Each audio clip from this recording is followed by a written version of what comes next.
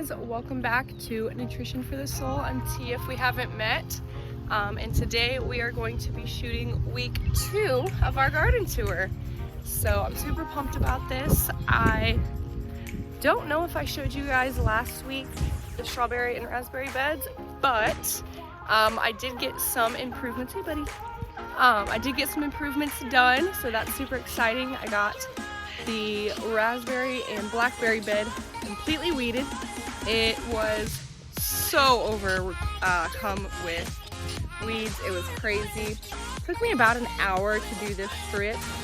And I was talking to some family and everything while I was doing it, so probably could have taken a little bit less time, but I'll insert some photos and show you guys what that was looking like, because it is a massive improvement from what it was. So I don't know if you can see really well, but I've got a little kale plant right over here, and then in the center there is some lettuce that my nephew planted back in the fall, early winter, and I didn't think it was doing too much of anything, but it turns out it's actually really growing quite nicely. Actually, it's really dense, so I will have to get in here and thin it out a little bit, and I don't know if I can transplant it into its own little separate areas or not. Now it looks like there's some weeds that I missed, but overall I think it came out really well. I'm super proud. The blackberries don't look like they're doing a whole lot. There's a couple, you know, this one and a couple more back there. There are a couple brown shoots that I noticed, like this little guy here. This one's, oh, he just got a little tiny little leaf, but this guy's coming up from the bottom, so that's exciting. Same with this one, this one's coming up from the bottom. We've got maybe a weed back? Yeah, that's weed. But yeah, I'm super excited. But because I do live in northern Alabama, I have a ton of bramble. So not back that way, but up towards the front part of that side over there. So thick with bramble, blackberries, dewberries, all wild stuff. Obviously I haven't planted, so I'm gonna have a lot of berries to preserve this year from my own plantings, but also from Mother Nature. So I'm super stoked about that. Sorry, my dad is getting ready to go up to the garden, and we're gonna work on that for a little bit. But yeah, so I counted yesterday, I think it was, and I lost count at 50. So we have at least 50 strawberries in these bed, or in this bed right here. My dog decides to run through it quite often, but I'm super stoked about that. There's a couple that are actually getting a pretty good size to them. Let's see if I can find one for y'all.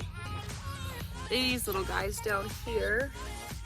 I don't know if you can see him right there, but he's getting pretty big. So excited to be eating some fresh strawberries. Oh my gosh, I'm so stoked.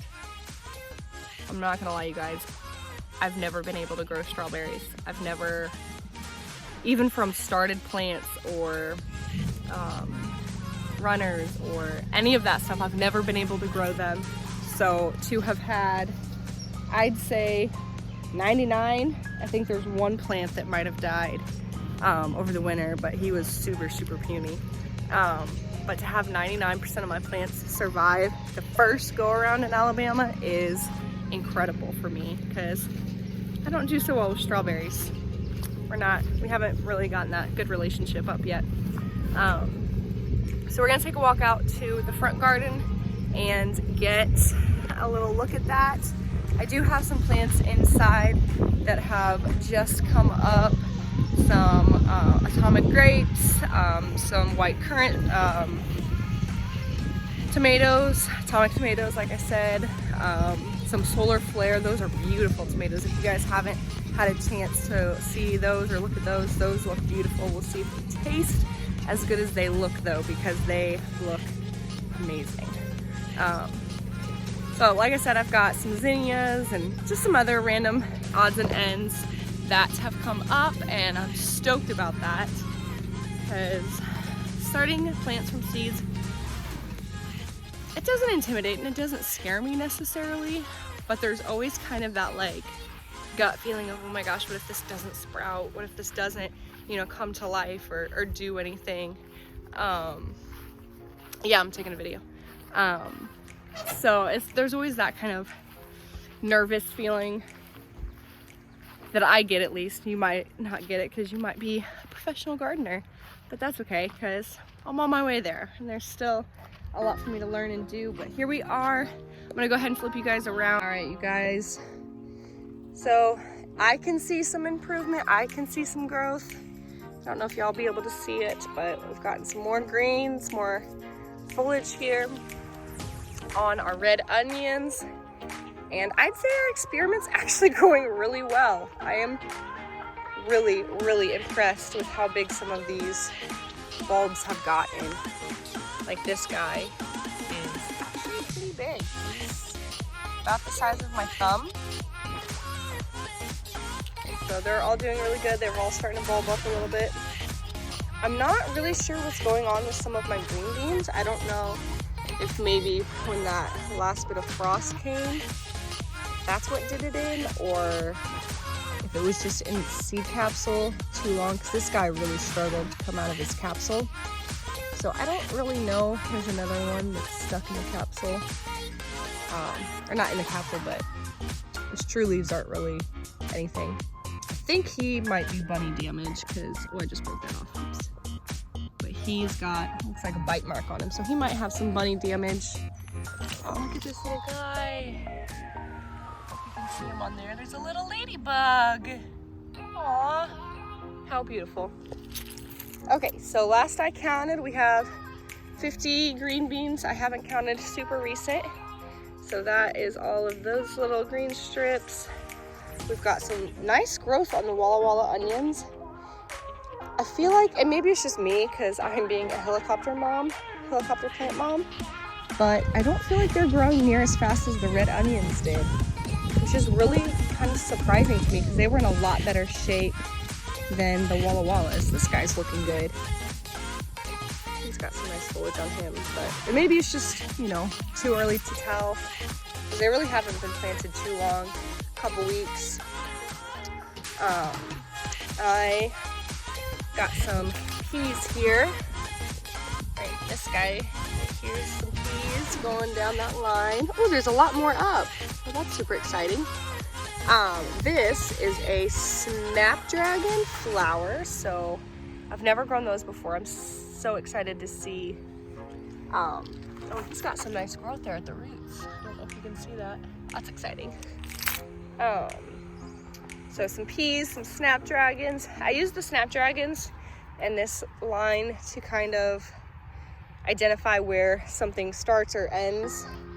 So that's exciting. We've got that going, excuse me. These little guys are still not super big. I mean, they're alive, they're still green, but they're not doing too much. He's got a little shoot on him, but I'm excited. I've never grown leeks before, so I'm excited to see how those guys turn out. And I don't think, yeah, go ahead and plant it right there. I don't think we have any action on these rows. This is our black turtle beans. They're a dry bean in through here. Dad's getting ready to plant the other straggling tomato. He's getting some foliage on him. We do have a couple, like there's one right here that's coming up. There's another one right here that's coming up, and there's a couple more going down. So we've got a couple birthdays to celebrate today. That is exciting. Pepper plants looking pretty darn good. Those are the habaneros that I bought from Starts. Tomatoes also bought from Starts. I kind of wanted to get a head start, and I found my mom's favorite heirloom tomato is Cherokee Purple. And so I found some of those at my local hardware store. So I picked those up a couple weeks ago. These I've gotten planted since the last vlog, I believe. These are all different types of carrots. So starting at the front, we've got some Corel carrots. We've got some Atomic Red carrots on this little line. I've got some St. Valerie's carrots. Those were a free seed from Baker Creek when I got my seed order. I've got some Lunar Whites. And then the last one is the Black Nebula. Probably totally butchering that name. But I've gotten those in, and then back here we've got some lettuce seeds planted. I don't see any action on those little guys yet. And then I've got golden beets and a couple other beet varieties. I've done some weeding. Whoops, need to take that guy out. Let's go ahead and take you out of here so you don't raise seed. So I've got some radishes, some golden beets, and some Detroit red beets. And then the last thing on our checklist to check out here is my dad's zucchini. My dad wanted a little bit of the garden space to plant a few things. And so he wanted to plant some zucchini to give away and whatnot. So let's take a look at these guys. They're doing really well. Got nice big leaves on them. Looks like we're getting some true leaves here soon. It's so cute. If y'all know what the yellowing means around the edges, please leave some info, because I've never seen that before. Well, I've never really grown squash successfully, but that doesn't seem normal to me to have yellowing around the edges. And this little guy, he's struggling to come out of his seed capsule. Kind of want to help him, but I also don't know if me helping him is going to hurt him more. I got that one out. Now I know that you can lick your fingers. That goes out.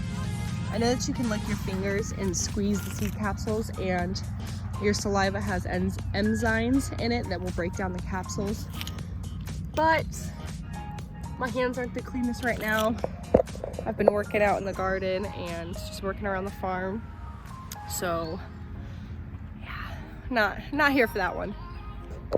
This is where the corn is gonna be. Let's see if we can get it, there we go. This whole area back here is gonna be corn.